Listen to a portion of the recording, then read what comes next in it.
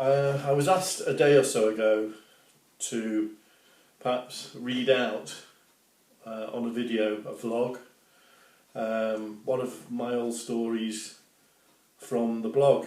So this one is a quick story from 10 years ago, maybe a decade ago.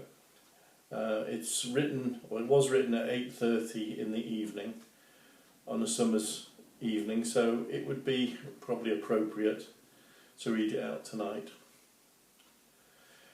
It is 8:30 and the evening remains warm, dry and quiet. I am sat under the elm which borders the churchyard, and from this vantage point I can see every corner of the field. No sightings of Mr. Fox as yet. George is sat quietly in Maddie's old spot at my feet, and the Welsh terriers are tied up next to the water butts and look asleep in the evening sun. Everything seems calm and serene. The movement of the animals is slowing down a pace in preparation for the night. The 4 female turkeys have separated from their daytime meet-up, and in 2 groups of 2 are ambling slowly towards their respective stags. They know I will be shortly moving them into their shelter with Boris, who is still huffing and puffing away in the background. The Indian runners stand uncertainly just beyond the turkeys. They are eyeing me nervously and are also waiting for me to direct them into their duck house.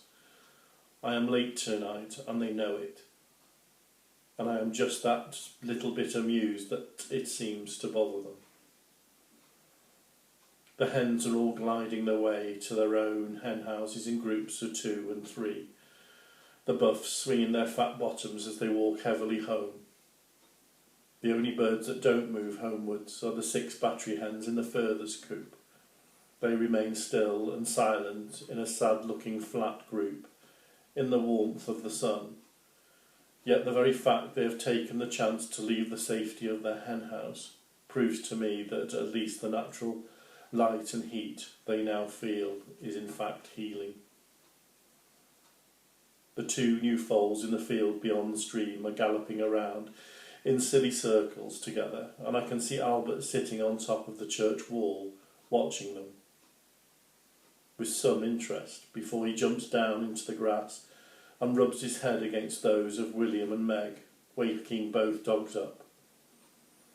The guinea fowl totter past and leap the 6 feet to enter the old graveyard. They chatter noisily when they spy Albert, then move on to sit under their roosting tree, muttering to themselves like grumpy old men. I take a long, measured breath in, as one of the roosters crow. I am home.